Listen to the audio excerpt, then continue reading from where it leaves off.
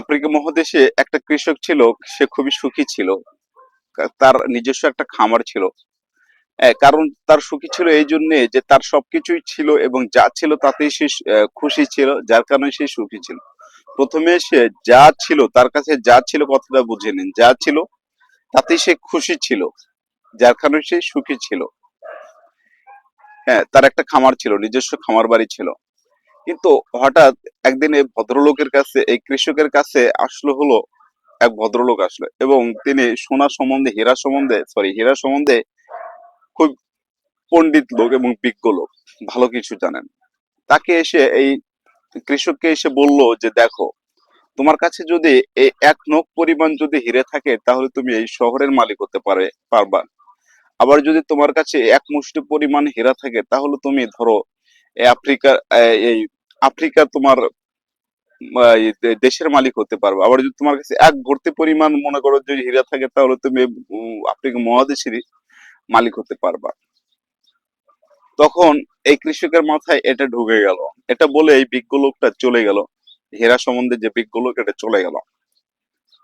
তখন এই কৃষকের মাথায় তখন ঢুকলো হলো এই হীরার চিন্তা ঢুকে গেল। হীরার চিন্তা যখন ঢুকে গেল তখন তার আর ঘুম নেই, তার আর সুখ নেই। কারণ সে অসুখী হয়ে গেল, সে অতৃপ্তি হয়ে গেল। মনে মনে সে অতৃপ্তি নিজেকে ভাবতে লাগলো। হ্যাঁ, অতৃপ্তি এরকম ভাবতে লাগলো। তার এখন একটাই চিন্তা, সে হলো কিভাবে হীরা পাবে, সে কিভাবে হীরা পাবে, সে কিভাবে দেশের মালিক হবে, কিভাবে শহরের মালিক হবে। কৃষক তখন অতৃপ্ত হলো, অসুখী হলো, এক পর্যায়ে পাগল প্রায় হয়ে গেল। তখন কৃষক কি করলো, এই তার যে খামার বাড়ি ছিল, এই খামার বাড়ি একটা লোকের কাছে বিক্রি করে দিল। বিক্রি করে দিয়ে সে হীরার সন্ধানে বেরিয়ে পড়লো। হীরার সন্ধানে যে বেরিয়ে পড়লো, সে খুঁজলো, সে আফ্রিকা মহাদেশ পুরোটাই খুঁজলো। খুলে যখন পেল না, তখন সে কি করলো, একদম আহ ভিতরে ভিতরে দগ্ধ হয়ে সে আপনার জ্বলে পড়ে যাচ্ছিল, যার পরে সে একসময় আত্মহত্যাই করে ফেললো, সুইসাইড করে ফেললো। এদিকে যে বেচারা যে আগের কৃষকের থেকে যে আপনার খামার বাড়িটি কিনে নিয়েছে, সে কি করলো, সে একদিন সকালবেলা আপনার ইয়েতে গিয়েছে, তার হলো খামারে গিয়েছে। খামারের খামারটা ছিল একটা নদীর ধারে। নদীর ধারে গিয়ে দেখে যে হলো, এই তার খামারের কাছে গিয়ে দেখে হলো ছোট ছোট হলো আপনার পাথর জল জল করে জ্বলছে, খুবই সুন্দর করে জ্বলছে। এই পাথরগুলো এনে বেচারা ভালো লেগেছে, নতুন খামারে কিনে নিয়েছে, এনে একটা তার টেবিলের উপর রেখেছে। এইদিকে ওই যে সেই বিজ্ঞ লোক যে হাফিজের মাথায় যে ওই কৃষকের মাথায় বলেছিল, কৃষকের মাথায় ঢুকিয়েছিল যে হীরার সন্ধান, হীরা যদি পায় সে এই শহরের মালিক হবে।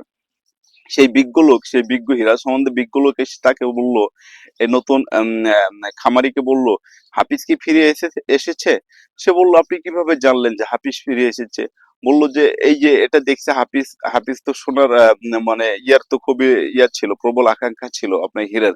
এটা তো হীরা দেখছে, এই যে টেবিলের উপর অনেকগুলো হীরা, তোমার কয়েকটা হীরা, কি বলেন যে এটা হীরা? তখন নতুন খামারি বলছে, কি বলেন এটা হীরা? এটা তো হীরা না, এরকম অসংখ্য পাথর পড়ে আছে আমার এই যে খামারের ভিতরে, আমি যার থেকে হাফিজের থেকে যে খামার কিনে নিচ্ছি খামারের ভিতরে। তখন বিজ্ঞ লোক বলে, চলেন তো দেখে যায়, আপনার খামারে যাই, যেখানে পড়ে আছে সেখানে গিয়ে দেখে যে অসংখ্য পাথর এভাবে পড়ে আছে এই খামারের ভিতরে। তখন বলল, বিজ্ঞ লোক বলে, এগুলো তো সবগুলোই হীরা, আপনি পরীক্ষা করে আপনি দেখতে পারেন। পরীক্ষা করে দেখা গেল যে সেগুলো আসলে হীরা। তো আসলে গল্পটা নীতি শিক্ষা হলো এই যে হলো, উম, এই হাফিজ কিন্তু এই হীরার সন্ধানে সে পুরো আফ্রিকা মহাদেশ ঘুরেছে, অথচ তার খামারেই ছিল হলো হীরা। আমাদের জীবনে এরকম ঘটে, আমরা যেটা চাই সেটা আমাদের হাতের কাছে আছে, আমাদের চোখের সামনে আছে, কিন্তু আমাদের চোখের সামনে পড়ে না। আমরা কি করি, বিভিন্ন জায়গায় খুঁজতে যাই, খুঁজে আমাদের জীবন জৈবন শেষ করে দেয়। শেষ পর্যন্ত আমরা হলো দগ্ধ হয়ে যাই ভিতরে ভিতরে। তাই আপনি যেটা চাচ্ছেন সেটা কিন্তু আপনার চোখের সামনে আছে, এক কথা। আর একটা কথা মনে রাখবেন যে দূরবর্তী ঘাস খুবই সবুজ দেখায়, দূরের জিনিস খুবই সুন্দর দেখায়। আপনি দূরের জিনিসের প্রতি নেশা না করে আপনার হাতের কাছে যে সুযোগটি আছে সেটাকে আপনাকে কাজে লাগাতে হবে।